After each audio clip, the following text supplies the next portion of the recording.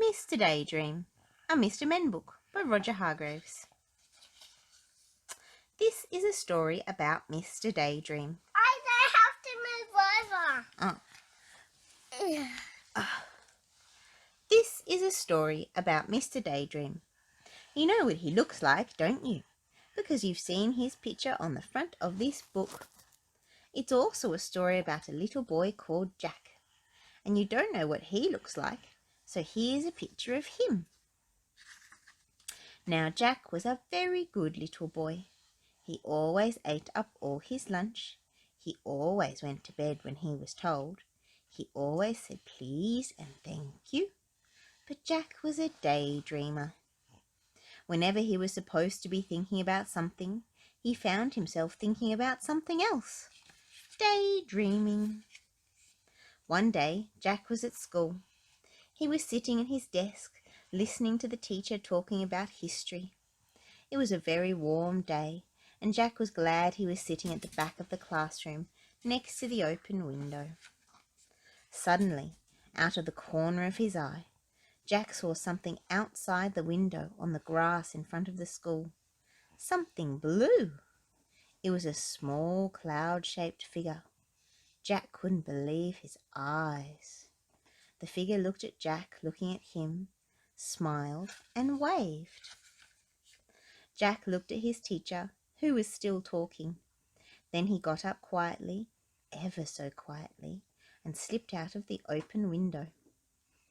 He crossed the grass to the strange-looking cloud-shaped figure.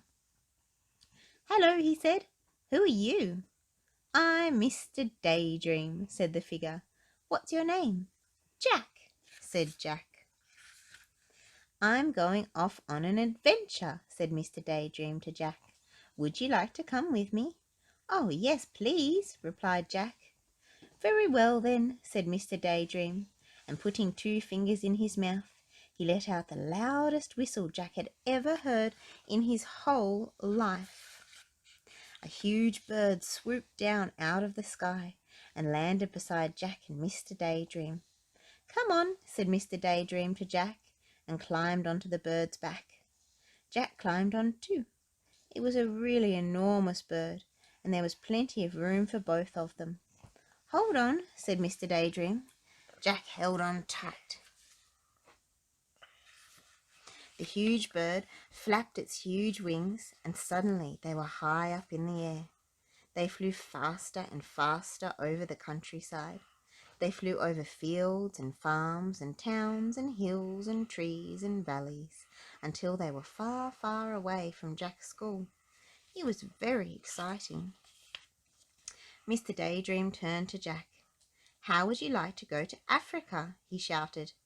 They were travelling so fast now, Jack just nodded his head and held on even tighter.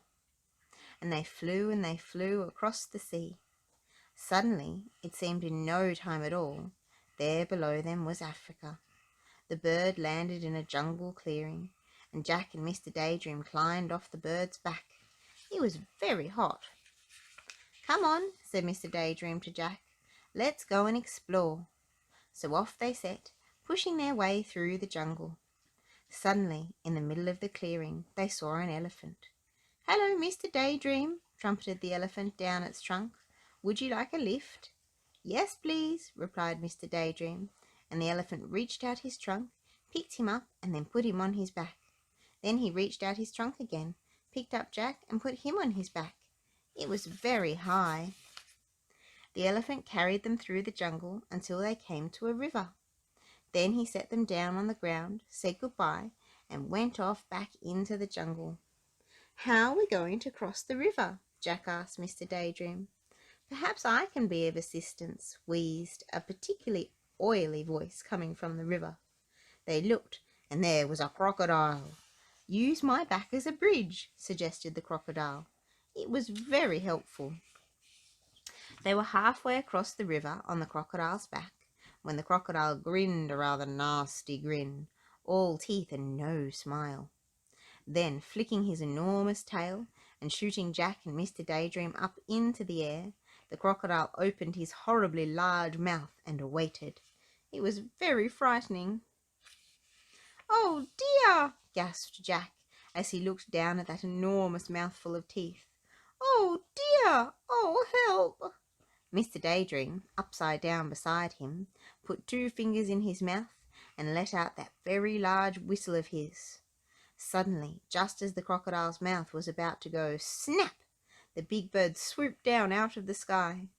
Mr. Daydream and Jack landed right on the bird's back. "Phew!" said Jack. "Bother!" said the crocodile. "Well, I promised you an adventure, didn't I?" grinned Mr. Daydream. "You certainly did," said Jack. "And now," said Mr. Daydream, "I think we will go to Australia." And they did.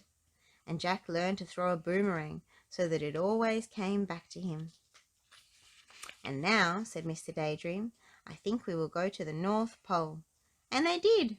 And Mr. Daydream fell right up to his middle in a snow rift.